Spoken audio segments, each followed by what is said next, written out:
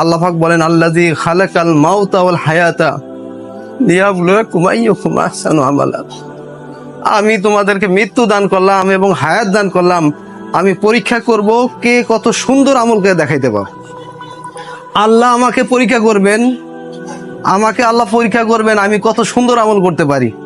কারো হয়তো কোনো ব্যক্তি হয়তো দুনিয়া থেকে বিদায় হয়ে যাবে, এইটা দিয়ে পরীক্ষা করবেন। কারো মৃত্যু দ্বারা পরীক্ষা করবেন, কাউকে জন্ম দ্বারা পরীক্ষা করবেন, কাউকে টাকা পয়সা দিয়ে পরীক্ষা করবেন, কাউকে টাকা পয়সা না দিয়া পরীক্ষা করবেন, কাউকে মান সম্মান দিয়া পরীক্ষা করবেন, কাউকে ক্ষমতা দিয়া পরীক্ষা করবেন, কাউকে ক্ষমতা না দিয়া পরীক্ষা করবেন।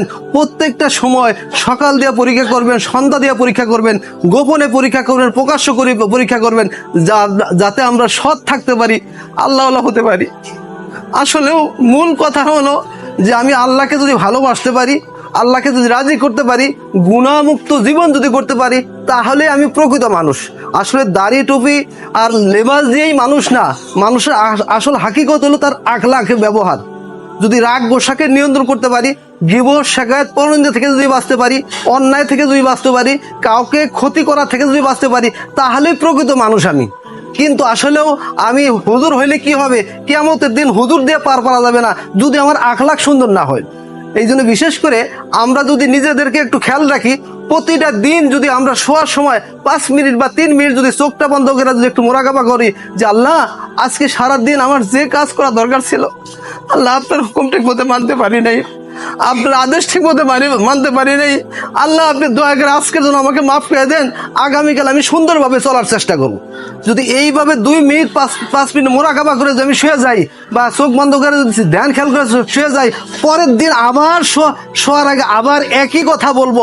এইভাবে যদি আমার হায়াত যদি 50 বছর যদি আমি পাই, এইভাবে আমি যদি মোরাকাবা করতে পারি, ইনশাল্লাহ প্রতিদিন দিন দিন আমার আমল বাড়তে থাকবে। আমার সাথে কারোর সাথে ঝগড়া হবে না, ফাসাদ হবে না, এক হাত জায়গা নিয়ে কারো কি পেরেশানি হবে না। আমার কথাগুলো বুঝাতে পারলাম ভাই? আসলে সকলেই আমরা আখিরাতের যাত্রী। হয়তো এই যে যারা চলে গেছেন হয়তো তার আমল শেষ হয়ে গেছে, আমি জিন্দা আছি। যদি আমি 5 বারও সুবহানাল্লাহ বলি, আমার আমল নামায় বাড়তে থাকবে। 10 বার সুবহানাল্লাহ করলে আমল নামায় বাড়তে থাকবে। আমি যতটুক পারি সাধ্য অনুযায়ী আমি যাতে আল্লাহর হতে পারি, গুনাহমুক্ত জিন্দেগি করতে পারি, ওলামায়ে কেরামদের সাথে সম্পর্ক রেখে চলতে পারি। বিশেষ করে অন্তরে হিংসা কিনা, গীবত শিকায়েত এবং ব্যক্তিত্ব লোভ এবং অন্যায় লোভ, হারাম জিনিসের বক্ষণের লোভ যাতে আমার অন্তরে না থাকে, এইগুলো ছাইরা যাতে আমি যাইতে পারি, আল্লাহ পাক সেই তৌফিক দান করেন। আসলে মূল কথা হলো কাল কিয়ামতের দিন আমি যে জাহিরিভাবে আমার রোগ আছে, এই রোগের চিকিৎসার জন্য আমরা বিভিন্ন ডাক্তারের কাছে যাই, কিন্তু আমার যে ভিতরে যে হিংসার যে ক্যান্সার আছে, এই ক্যান্সারের চিকিৎসা দুনিয়াতে থেকেই আমাকে করতে হবে। গীবতের যে ক্যান্সার আছে, এই ক্যান্সারের চিকিৎসা দুনিয়াতে থেকেই আমাকে করতে হবে। হারাম জিনিসের বক্ষণের যে ক্যান্সার আছে, এই জিনিসটা দুনিয়া থেকে আমাকে কি করতে হবে?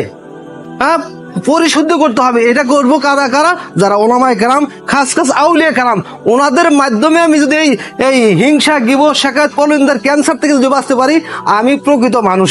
আর যদি এই হিংসার ক্যান্সার নিয়ে যদি আমি কবরে যাই, তাহলে কিন্তু যদি আল্লাহ পাক দয়া করে মাফ না করে, তাহলে বিপদের কারণ হতে পারে। এই জন্য বিশেষ করে আমরা জাহিরি চিকিৎসা করার সাথে সাথে বাতিনি চিকিৎসার জন্য আমরা সকলেই চেষ্টা করব। যে তকপারে আছি আল্লাহ সকলকেই তৌফিক দান করে।